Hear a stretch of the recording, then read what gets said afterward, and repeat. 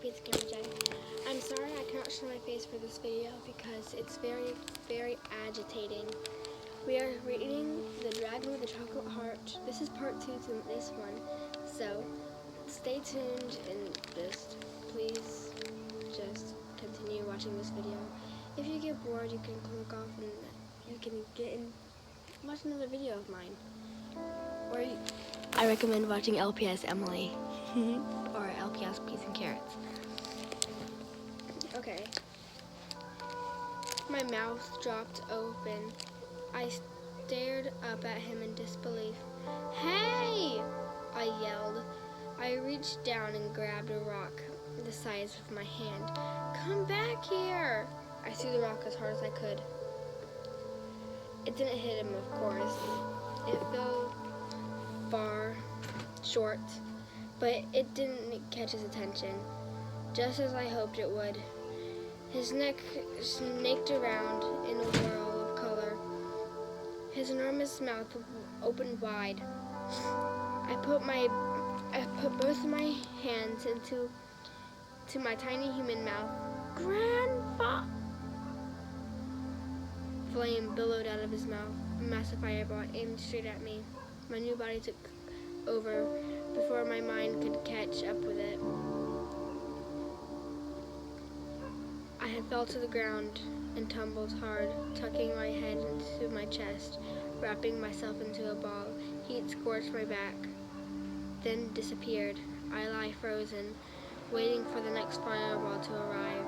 Without my scales, I would burn to ashes in seconds. Any moment now. Wait, how long has it been? Warily, I opened my eyes. Slowly, I untucked my head. Far away, in the sky above, I saw the distant figure of my grandfather flapping away from me. He didn't even bother to look back. I stared after him. He tried to flame me, and then he left me here. Family never left each other. Dragons protected their hordes and their hatchlings with their lives. It didn't matter how much I complained about the bossy adults in my mountain. I knew with every fiber of my being that they'd do anything to keep me safe. But then, my human throat swallowed convulsationally again and again, as if something horrible was caught inside, like the truth. I wasn't their hatchling anymore, was I? My gaze clung to my grandfather's figure as he grew smaller and smaller in the distance. Bruises and scratches covered my soft, weak limbs, making every inch of my skin ache. I knew exactly what my grandfather had seen when he looked down at me. That fireball had only been a warning. He wouldn't bother to actually kill a pesky little human unless she did something really provocative and threatening. Something like, say, trying to make her way into the family cavern. Taking a deep breath, I pushed myself out until I was sitting on my padded backside on the hard ground, my arms wrapped defensively around my legs. The air was cooling as the sky darkened. A strong breeze blew across the mountain, fluttering my long black head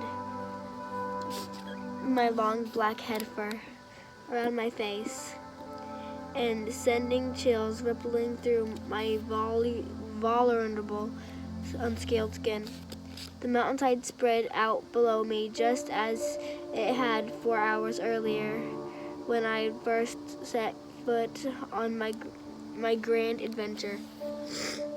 But this time, I finally understood that I couldn't go back home again.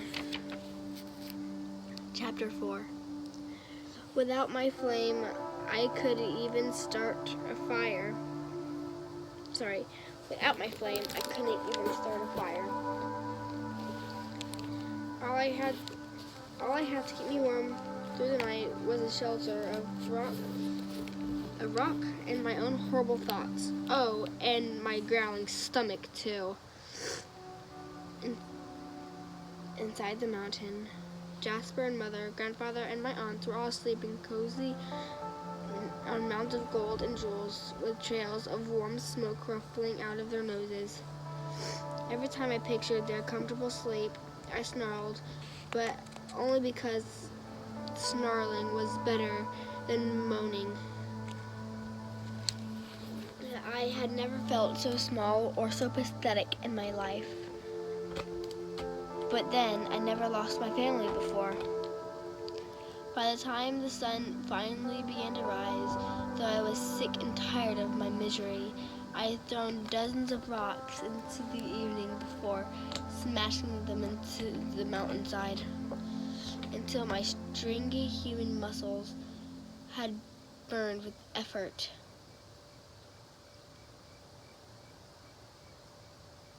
Then, I'd felt strange wet drops stream out of my tiny human eyes.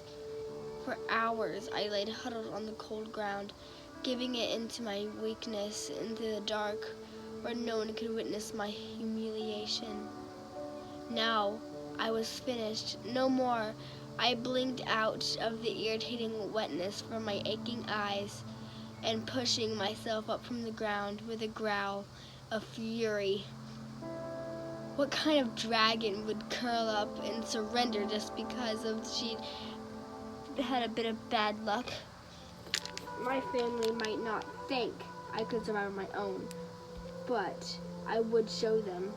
I would show everyone, including that lying, cheating food mage. I could exactly show them how strong I really was. I would walk my way down this mountain, and I would find myself a livelihood, whatever that might mean, and I would eat as much chocolate as I wanted forever. I made it all the way off the mountain into the wide dirt track that cut through the green wooded lower foothills before I heard a hoofbeats coming up behind me. My soft, unprotected feet hurt so badly that the pain thudded through me with each new step, and I had to clench every muscle to force myself through it. I hardly even noticed the steady clopping sounds growing closer. I hardly even noticed the steady clopping sounds growing closer. I already read that, sorry. But when I heard a sound of two voices raised enthusiastically in a song, my shoulders hunched in agonized protest. Not that winding road song again. Nothing good ever happened when I heard that song.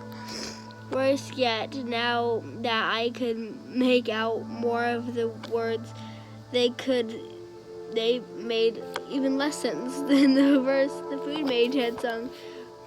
For true friends can never, ever be parted, and true love can never be stopped when it started. That's actually confusing, I don't know. Oh no, I growled low in my human throat. Try getting transformed into the wrong species and see how fast you get parted from your friends, humans.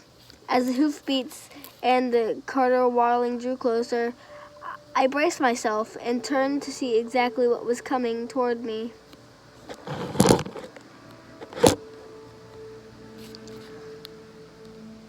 It was a white horse who made my mouth water in the sight of him. What a fine meal he would have been if I were a dragon! The humans behind him were well padded too. They were wrapped in loose green outer coverings with more saggy green fabric plopped on top of their heads. I'd never seen a dragon with only one color in their scales. But maybe these humans were hoping to be mistaken for trees. If so, they were much too noisy for the trick to work. They rode high in a jingly cart. Even the rattling of its wheels and horses' hoofbeats could drown down their nonsensical song. Then they saw me.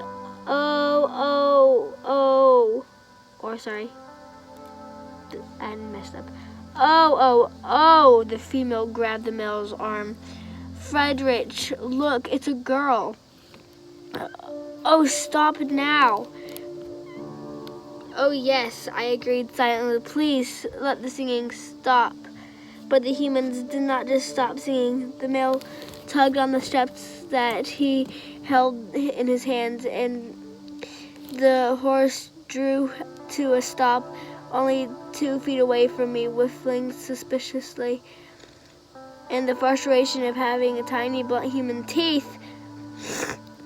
But I was still only a dragon inside. I can't help my hunger.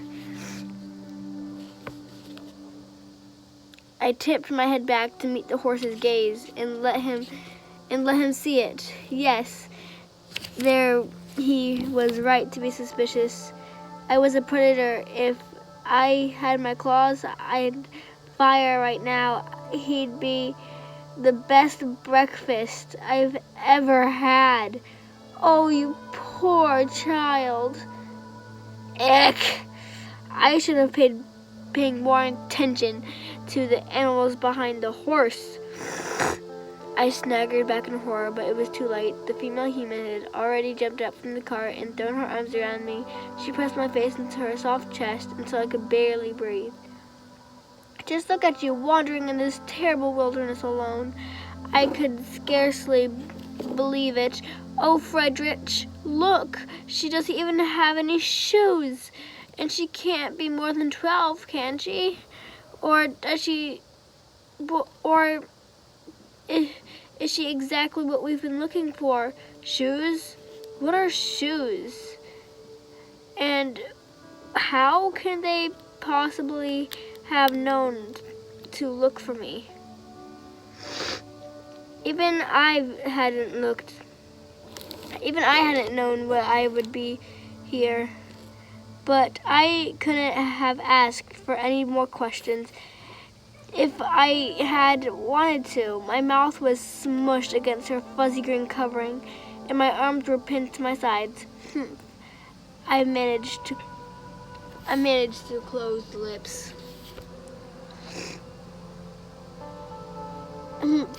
You're so cold, the female said. Look, Frederick.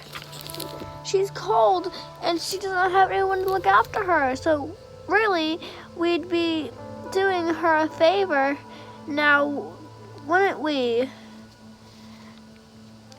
We couldn't possibly leave her like this, could we? Oh, no! No, you're quite right. This really is the best thing for us after all. Had Frederick said anything?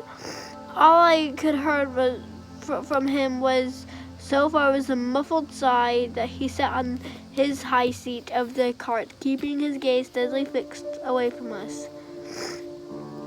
But my captor started forward as he'd agreed with her, tugging me toward the cart and pulling off her green covering and wrapping it around my shoulders.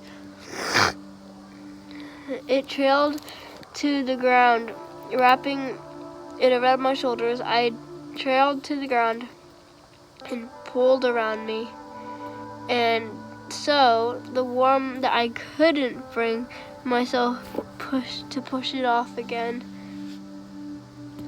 Still, I dug my bleeding feet in slapping my hands against the cart.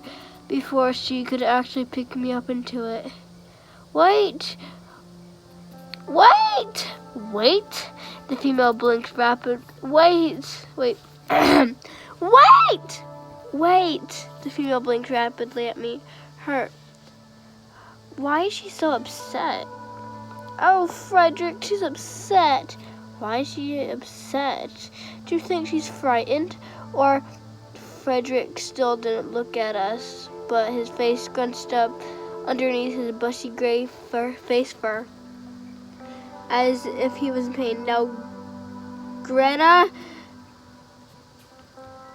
his bushy fur face, as if he was in pain. Now, Greta, but I didn't need anyone to speak for me. I'm not frightened of anything or anybody. I drew myself up to my full height and glared at the human who had trapped me. Where actually do you think you're taking from me? Wait, where exactly do you think you're taking me? I don't even know if you're going in the right direction. The right what? She said. You're on your own in the middle of the mountains. How could anything be in the wrong direction?